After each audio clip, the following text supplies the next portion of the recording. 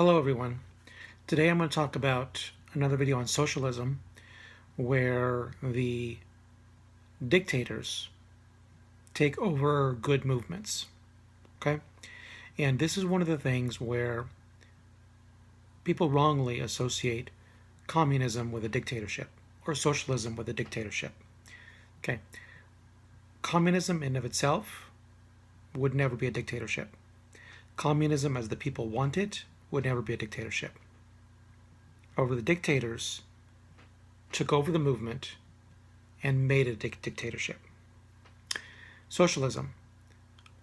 There's a lot of good socialism, which is not a dictatorship. That's what works well in some of these European countries. But some socialists have become a dictatorship.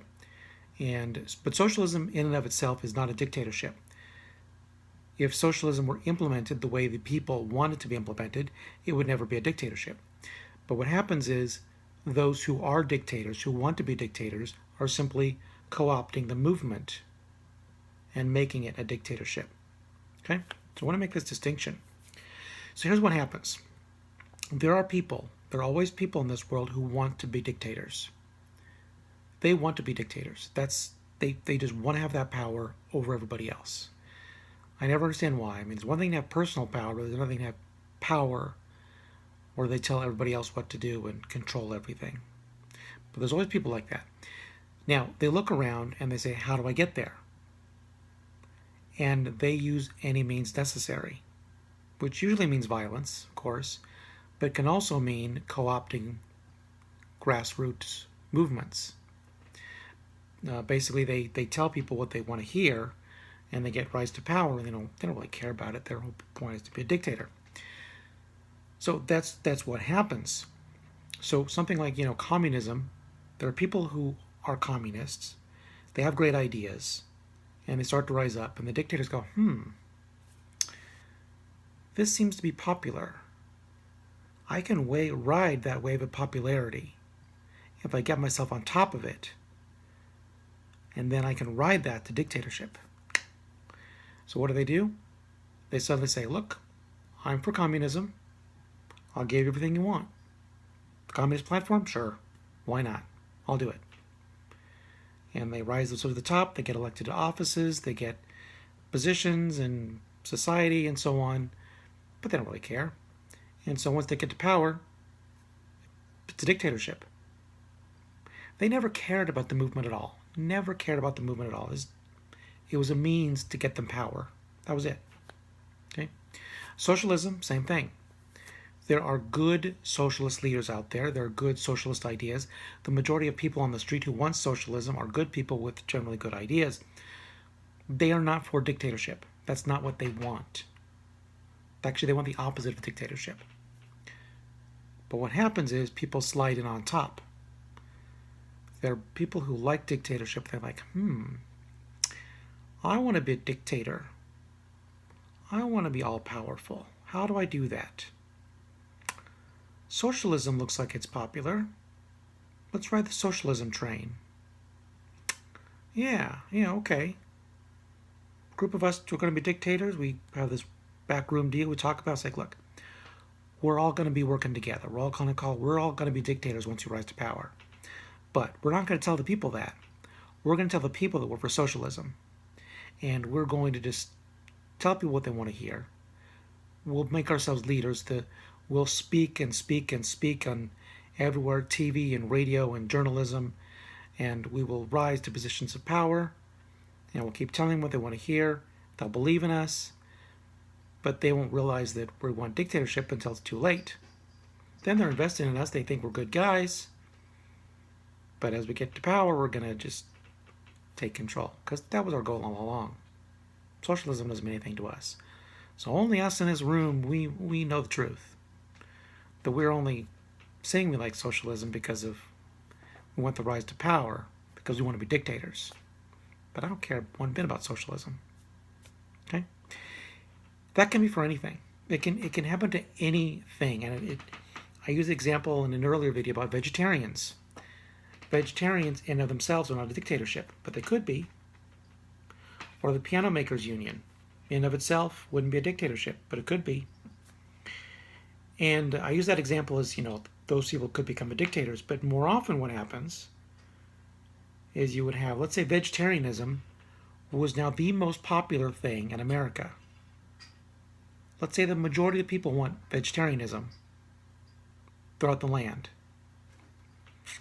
The people that want dictatorship, like, how can I rise to power? Vegetarians seems to be popular. That seems to be a growing movement. Oh, I'll get on top of that. Do they care about vegetarians? No, not one bit. But they say they do. They'll say all the right things. They'll promote the ideals of vegetarianism, whatever they are. But they don't really care about that. They just jumped on top, became themselves the lead. They appointed themselves the leaders. That's the thing, appointed themselves the leaders, put themselves up there, and they have cohorts in the television and general journalism to promote them. It's like, yeah, he is a leader in the movement. He is a leader in the movement. They kind of like got this secret thing here, secret handshake. Yeah, we're going to promote these guys as secret, as leaders to give them legitimacy. They are true leaders of the vegetarian movement, but they're really not. They're just a self-appointed people that want to be dictators. That's all. That's all. And then we would find in a few years vegetarianism would take hold, and we would find that it's a dictatorship. And then in a few years people would say, you can't have vegetarianism because vegetarianism is always a dictatorship and it never works. Well, it might if the dictators didn't take it over. Okay? I could go on with anything. The piano makers union I described, sure, there's probably I don't care. It could be that Jesus himself and Gandhi were the original leaders of the piano manufacturers union movement. All right? Perfectly great guys, great ideas for how to run the country. But the dictators, I want to be a dictator. And I see this is my ticket to popularity. This is the way to power. So I'm going to declare myself that I'm interested in them, put myself as a leader, spokesman for it. I've got other would-be dictatorships who say I'm a good guy. I tell other would-be dictators that they're good guys. We all speak the words of the movements. We don't care. We don't care at all. We don't care one whit about the movement. We care about dictatorship and power. And we see this as our ticket to power. Okay? Whether communism, socialism, vegetarianism, piano manufacturers union, whatever it is, there will be people who come in, step on top, declare themselves the leaders, and then work their way up. They become dictators. They do it for personal power, personal gain. They make one set of rules for them and their cohort dictators who help them get to power, and another set of rules for everybody else. Doesn't matter what it is.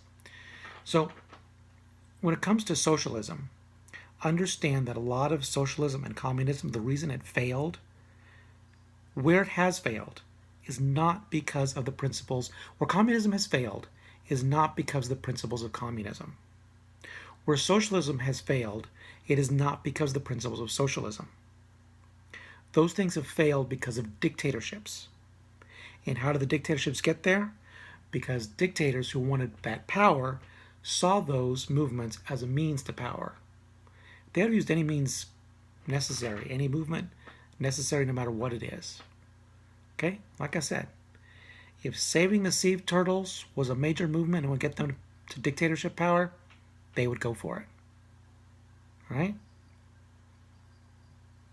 If nuclear power was a great popularity in this country, they would use that as a movement to get themselves dictatorship and power. It doesn't matter what it is. Those dictators would use it. Okay? So first thing, with any movement and any leadership, you must be able to differentiate the difference between the movement, the genuine movement, and the self-appointed leaders who actually want dictatorship. Okay? Always able to clarify the two. Okay? Now, there are a lot of leaders who actually want the genuine thing, but there are also a lot of appointed leaders who want just dictatorship. So you always have to look to see which one it is. Who are the real leaders who want it and who are just saying it so they can get power. Okay? And the second thing is never dismiss a movement. Never, ever, ever dismiss a movement in and of itself. Okay? Look to see who's co-opting it, who's taking it over. Because those people who are taking it over are often people and not have the same ideals as the people down here. We saw that with the Republican Party forever. Republican Party since, 30 years. They've never been Republicans. They've never been conservatives. The people want this. The Republican leadership appointed themselves leaders, and two sets of rules happened there too, which is why Trump got elected, because Trump is a true conservative, he's not in it for a dictatorship. So that's why he got elected, and that's why we like him. Okay? So, dictators will always want to co-opt a movement. Take it over, proclaim themselves leaders. Be careful of that in anything. And never dismiss a movement or the ideas of a movement just because of dictators who have taken control, whether now or in the historic past. Okay? And regarding to socialism, socialism will work as long as the dictators don't take it over.